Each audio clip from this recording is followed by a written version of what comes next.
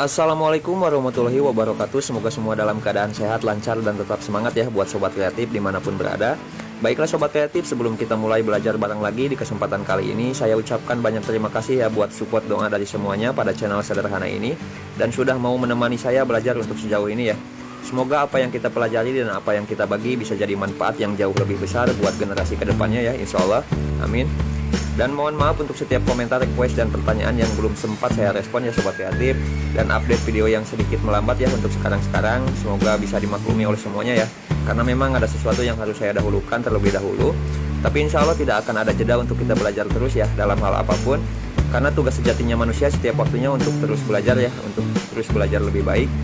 Oke, dan baiklah Sobat Kreatif, jika di kesempatan sebelumnya kita sudah belajar bareng ya tentang teknik-teknik sederhana pada pengelasan MMA, lasmik, pembuatan alat-alat sederhana, tutorial, dan lainnya ya. Di kesempatan kali ini saya akan coba belajar bareng lagi ya cara menguasai teknik dasar pada pengelasan TIG atau argon. Semoga bisa bermanfaat ya Sobat Kreatif dari apa yang kita tonton hari ini.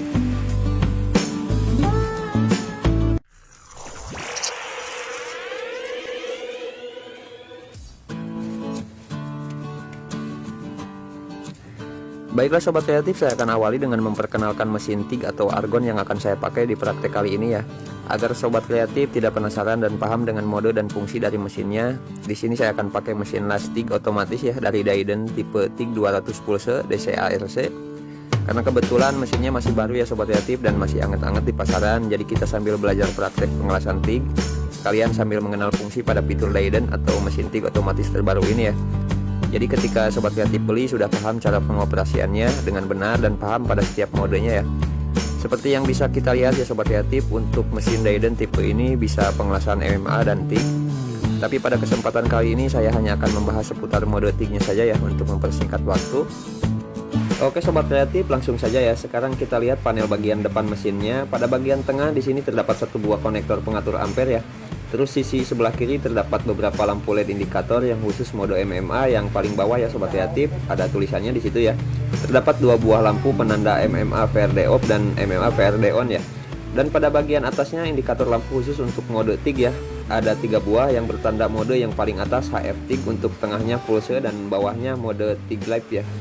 Dan pada bagian paling bawah terdapat 3 buah incing Sobat Kreatif, bisa kelihatan ya. Yang warna putih itu yang berlogokan jari untuk mengatur setiap modenya. Yang paling kiri incing untuk memindahkan setiap mode dari MMA ke TIG atau dari mode pulse ke HF ya. Dan incing bagian tengah untuk pengaturan mode 4T, otomatis atau manual ya Sobat Kreatif. Selanjutnya pada bagian kanan ini incing pengatur kecepatan pengelasan pada mode pulse atau kecepatan kedipnya ya. Pada bagian bawah dari panel depannya seperti umumnya ya Sobat Kreatif, seperti yang bisa Sobat Kreatif lihat. Seperti umumnya pada mesin las TIG otomatis ya. Yang tertutup ini adalah air connector atau untuk keluarnya gas yang dialirkan dari tabung ya Sobat Kreatif. Terus ada lubang songket negatif dan positif untuk kabel polaritas. Dan yang terakhir yang paling tengah adalah songket aviation plug ya. Oke Sobat Kreatif, kita lanjutkan kembali. Pada panel bagian belakang mesin terdapat switch on off ya untuk menyalakan dan menghidupkan mesinnya. Di sebelah kanannya level lubang gas in atau untuk masuknya gas ya. Oke Sobat Kreatif, insya Allah sudah jelas ya setiap keseluruhan yang terdapat pada panel depan belakang mesinnya. Nanti kita coba satu persatu ya setiap fungsinya pada pengelasan yang saya sebutkan barusan ya. Sekarang saya akan coba cek dan pasangkan TIG torch dan cara pasang nozzle-nya dan jarum tungstennya ya. Mungkin ini tidak terlalu penting ya Sobat Kreatif buat yang sudah terbiasa ya. Tapi akan sangat penting untuk yang baru terlibat dengan mesin las TIG seperti ini. Oke, di sini torch yang dipakai dan mungkin yang sudah sesuai dengan kapasitas mesinnya memakai TIG torch 10A atau 200 ampere ya, atau 18 volt. Oke, sekarang kita coba pasang satu persatu ya Sobat Kreatif setiap bagiannya. Baiklah, dan di sini dari bawaan mesinnya juga sudah terdapat 2 buah jarum tungsten ya berukuran 1,6 dan 2,4. Nozzle keramiknya nomor 5 dan nomor 6 ya, 2 buah juga. Terus kolek body juga 2 buah. Juga ya sama disesuaikan dengan jarum tungstennya. Dan juga koletnya juga sama sudah disesuaikan ya seperti ini. Baiklah Sobat Kreatif, terus di sini juga sudah terdapat longket, ada 2 pilihan, yang panjang 1 dan yang pendek 1 ya untuk menyesuaikan ruang pengelasannya. Oke, kita langsung mulai saja ya Sobat Kreatif. Yang pertama saya akan pasang terlebih dahulu kolet bodinya terlebih dahulu seperti ini ya.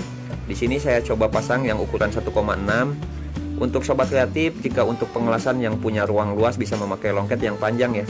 Tapi kalau jarum tungstennya sudah pendek atau jarak pengelasannya sempit bisa pakai yang pendek. Untuk contoh di sini saya akan pasangkan yang panjang ya. Baiklah, untuk selanjutnya saya akan pasang keramiknya yang ukuran 5. Setelah itu jangan lupa ya sobat kreatif, masukkan koletnya dan susul dengan pemasangan longketnya ya seperti ini. Pada bagian terakhir kita bisa pasang jarum tungstennya yang kita sesuaikan dengan kolet yang dipakai ya. Jika kolet yang dipakai ukuran 1,6 berarti jarum tungstennya yang dipakai juga harus sama ya sobat kreatif seperti ini. Setelah itu kita tinggal atur saja ya sobat kreatif jarak keluar jarum tungstennya, biasanya sekitar 1 cm ya sobat kreatif atau kurang dari keramiknya. Insya Allah sudah bisa dipahami juga ya sobat kreatif cara pasang setiap bagian torchnya. Sekarang kita coba pasang pada mesin lasnya ya. Yang pertama kita bisa pasang dulu ya songket konektor gasnya, jangan terlalu kencang ya sobat kreatif, sedang aja. Terus kita pasang juga songket plugnya, lalu kita pasang polaritas torchnya di bagian lubang songket yang negatif ya sobat kreatif. Dan untuk masa penjepit kita pasang di positif. Jika sudah, kita lanjutkan ya sobat kreatif, kita pasangkan selang gas yang dari regulator argon pada bagian nipple jalur masuk gas yang terdapat pada bagian panel belakang mesinnya ya. Usahakan serapat mungkin ya sobat kreatif, jangan sampai gas bocor. Setelah itu kita bisa pasangkan regulator argonnya serapat mungkin juga ya, dan usahakan jangan bocor juga ya sobat kreatif. Kalau masih ada kebocoran, sobat kreatif bisa akali dengan memakai seal tip untuk penahannya. Bisa dipahami ya sobat kreatif. Jika sudah, sekarang kita atur dan sesuaikan dengan kebutuhan pengelasnya ya. Di sini saya akan coba dengan memakai satu strip saja untuk keluar atau tekanan gasnya ya sobat kreatif. Baiklah sobat kreatif, kita lanjutkan kembali ya. Hal yang paling dasar yang sedikit yang saya tahu ya untuk belajar las argon adalah dari cara mencari api atau cara menyalakan busurnya ya sobat kreatif. Saya akan coba mulai dari situ terlebih dahulu ya. Sekarang kita coba atur terlebih dahulu ampere dan mode pengelasan yang akan dipakainya. Sekalian untuk mengetahui setiap mode dan fungsinya ya pada pengelasan hasilnya seperti apa ya sobat kreatif. Dari setiap mode yang saya sudah sebutkan di awal. Di sini saya akan coba atur ampere di ampere 30 dan mode kita atur ke TIG ya di bagian LED paling bawah atau mode TIG live. Oke sobat kreatif, untuk mencari api pertama atau cara menyalakan busur lastik, sobat kreatif hanya perlu menyentuhkan sepersekian detik ujung jarum tungstennya ke media yang dibarengi dengan penekanan gas keluar ya. Jika percikan pertama didapat, segera angkat ujung jarum tungsten kembali dengan kita kasih jarak kurang lebih 1 atau 2 mili ya sobat kreatif. Dan pertahankan jarak ujung jarum dengan medianya untuk mempertahankan apinya juga ya sobat kreatif. Hal ini tidak jauh beda ya dengan cara menyalakan elektroda pada las MMA, karena biasanya kalau terlambat mengangkat jarum akan nempel pada media, kalau di TIG akan membuat jarum tungsten cepat tumpul ya dan kotor. Kalau di MMA biasanya nempel, kalau enggak bolong ya sobat kreatif. Oke, kita coba praktekkan langsung ya.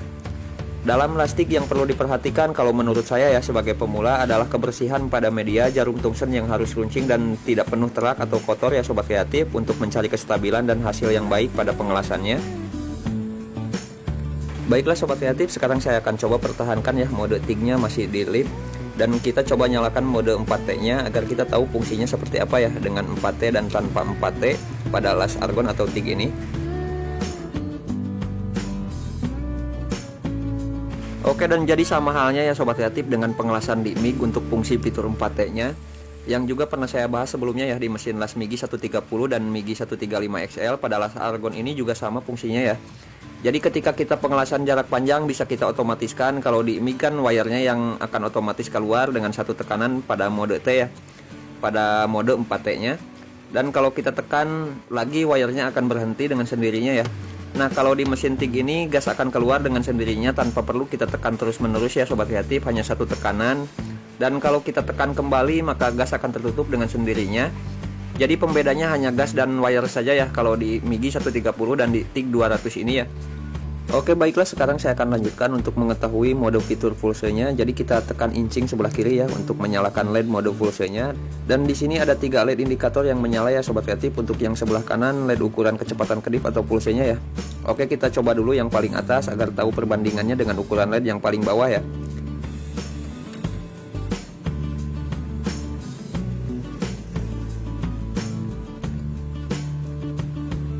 Oke, dan jadi ketika kita pakai dalam pengelasan, api yang keluar akan otomatis berkedip dengan meninggalkan bekas lasan yang sesuai dengan kecepatan kedipnya ya sobat kreatif, seperti ini.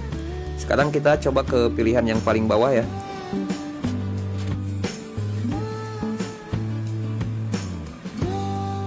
Dan hasilnya kedip atau pulsenya lebih cepat 3 kali lipat ya sobat kreatif dari yang paling atas. Dan seperti yang bisa kita lihat juga ya, bekas hasil lasannya juga lebih rapat dibandingkan yang sebelumnya ya.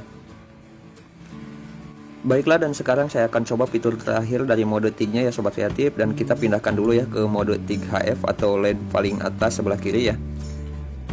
Oke sobat kreatif, untuk pada bagian mode ini tidak jauh beda seperti dalam pengelasan asetilin ya sobat kreatif. Jadi tidak harus kita rapatkan ujung jarum tungstennya untuk mendapatkan api atau menyalakannya ya.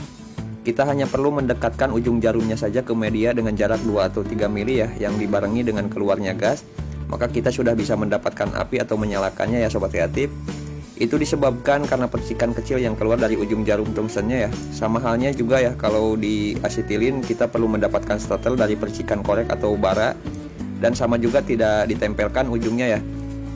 Dan pada mode ini berbeda dengan mode pertama atau mode lab ya, yang memerlukan ujung tungstennya menempel terlebih dahulu ya sobat kreatif. Oke sobat kreatif, sekarang kita coba mode HF dan mode full nya kita hidupkan berbarengan ya, seperti ini. Mode full C akan tetap seperti biasa, hanya berkedip otomatis sesuai ukuran, dan pembedanya dengan ketika kita menyalakan mode live dan full C hanya dari awalnya saja ya. Ada yang dirapatkan, dan mode HF dikasih jarak renggang ya sobat kreatif. Untuk sejauh ini insya Allah bisa dipahami ya sobat kreatif maksud dari semua fitur TIG-nya pada pengelasan dan fitur pada mesin Dayden TIG 200 full C ini ya. Ini bukan review keseluruhan spek alatnya ya sobat kreatif, hanya sebatas perkenalan singkat dengan setiap mode yang terdapat pada mesin yang akan saya pakai agar sejalan dengan tema tontonan kita kali ini ya. Jika ada yang masih banyak yang terlewat tentang spek mesin lasnya yang saya pakai, next time kita lanjutkan kembali untuk memperinci setiap bagian dan termasuk performa dari mesin lasnya seperti apa ya di kesempatan lainnya insya Allah. Baiklah, dan sekarang saya akan coba fungsikan pada pengelasan sambungan ya sobat kreatif untuk setiap modenya. Dan di sini saya akan coba tidak memakai kawat argon atau kawat bantu untuk pengelasannya ya. Oke, dan hal sulit yang akan dilewati pemula seperti saya biasanya dari penyantuman pertama ya sobat kreatif tanpa kawat bantu.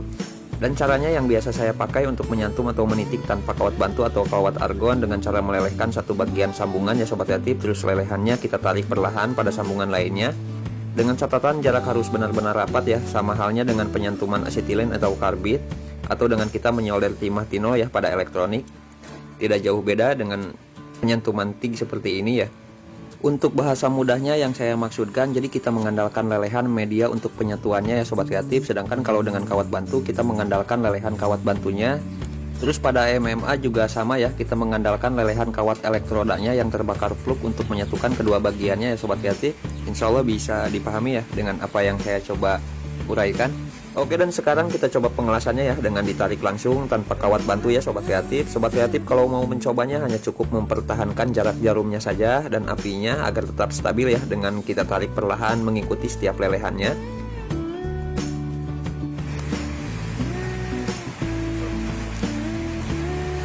Oke, dan inilah hasilnya, tetap tersambung ya sobat kreatif, hanya tidak rata ya, lebih terlihat cacat atau menurun untuk hasil lasannya. Ini mungkin bisa disebabkan dari terkikisnya media ketika meleleh ya untuk tersambung, dan jadilah lebih menurun ya hasilnya seperti ini. Dan itulah salah satu pentingnya kawat argon atau kawat bantu dalam pengelasan penyambungan seperti ini ya sobat kreatif. Baiklah sobat kreatif, sekarang saya akan coba kasih gerakan spiral ya pada pengelasannya untuk mengetahui hasilnya kalau tanpa kawat bantu ya seperti apa.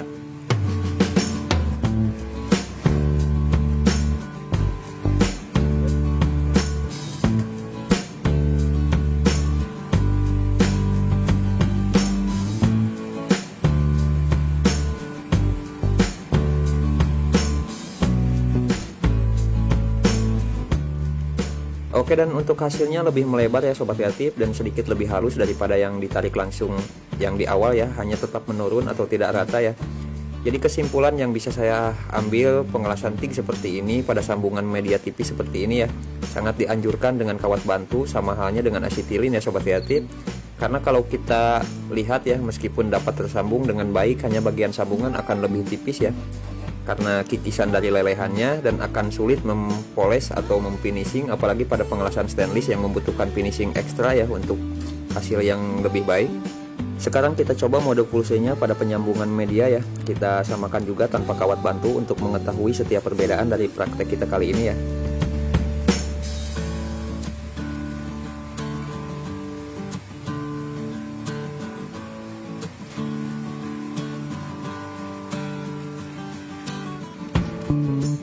Dan untuk hasilnya cukup jauh lebih baik ya sobat kreatif dari sebelumnya. Alur terjaga lebih kecil, tidak menurun over ya pada hasil lasannya. Dengan pengelasan memakai mode pulse ini hanya tetap ya selama pengelasan pada pembuatan seperti pagar stainless dengan media bahan tipis atau lainnya yang memerlukan finishing yang rata, tidak dianjurkan tanpa kawat bantu ya sobat kreatif. Mungkin untuk pengelasan frame dengan media tebal sangat cocok ya dan akan terlihat sangat rapi ya pengelasan dengan mode pulse ini. Oke sobat kreatif, dan yang paling terakhir saya akan coba pengelasan metode titik ya. Dalam metode ini sobat kreatif bisa pakai mode 3HF. Untuk ampernya bisa atur lebih besar ya untuk mempercepat lelehannya. Sobat kreatif bisa atur di 90 atau lebih, disesuaikan saja dengan kemampuan lelehan pada ketebalan media lasnya. Di sini saya akan pakai ampere di 110 untuk pengelasan media ketebalan 1 mm ya. Dan untuk tekanan gasnya saya pakai masih di 1 strip ya sobat kreatif. Oke, dan untuk metode 4T nya kita matikan, jadi kita harus pakai yang manual ya sobat kreatif untuk memakai metode pengelasan titik seperti ini ya. Dalam pengelasan metode seperti ini usahakan tidak terburu-buru ya sobat kreatif dalam pengerjaannya, santai saja untuk mencari hasil yang baik. Oke, dan apakah pengelasan argon harus tetap pakai kawat las atau kawat bantu untuk hasil yang baik? Tentu tidak ya sobat kreatif, tergantung pada pengelasan seperti apa yang kita pakai ya. Karena seperti yang kita ketahui dalam pekerjaan yang memakai pengelasan TIG atau argon seperti ini, tidak hanya di pengelasan semacam pagar, rak, balkon, kanopi dan lainnya ya, tapi banyak sekali seperti pengelasan knalpot, aksesoris, frame kendaraan dan lain-lain ya sobat kreatif. Ada yang membutuhkan kerapihan dari alur lasannya yang dihasilkan, ada juga pekerjaan yang menuntut tak terlihat alur lasnya ya, yang rata seperti itu. Ada yang membutuhkan alur kecil, ada juga yang membutuhkan alur yang lebar, sama halnya dengan las listrik juga ya. Intinya setiap mode fitur sudah didesain untuk setiap kebutuhan pada pekerjaannya, tinggal kita saja yang menyesuaikan seperti apa pekerjaan dan tuntutannya ya, dan hasilnya. Oke, dan mungkin kurang lebih seperti itu sedikit yang saya tahu tentang lastik atau argon ya sobat kreatif. Semoga bisa bermanfaat dan jadi penambah semangat buat semuanya yang sekarang sedang mendalami teknik las, mau itu lastik, las karbit, asetilin atau MIG ya, dan MMA atau lainnya juga. Next kita pelajari lebih dalam lagi bersama-sama ya di kesempatan lainnya. Kita tidak perlu harus jadi ahli sobat kreatif untuk mencapai permukaan, kita hanya perlu paham setiap dasar yang harus dilakukan. Kita hanya butuh niat yang besar, rencana yang tidak standar, dan harus tetap sabar ya. Jadi tetap semangat untuk semuanya. Assalamualaikum warahmatullahi wabarakatuh.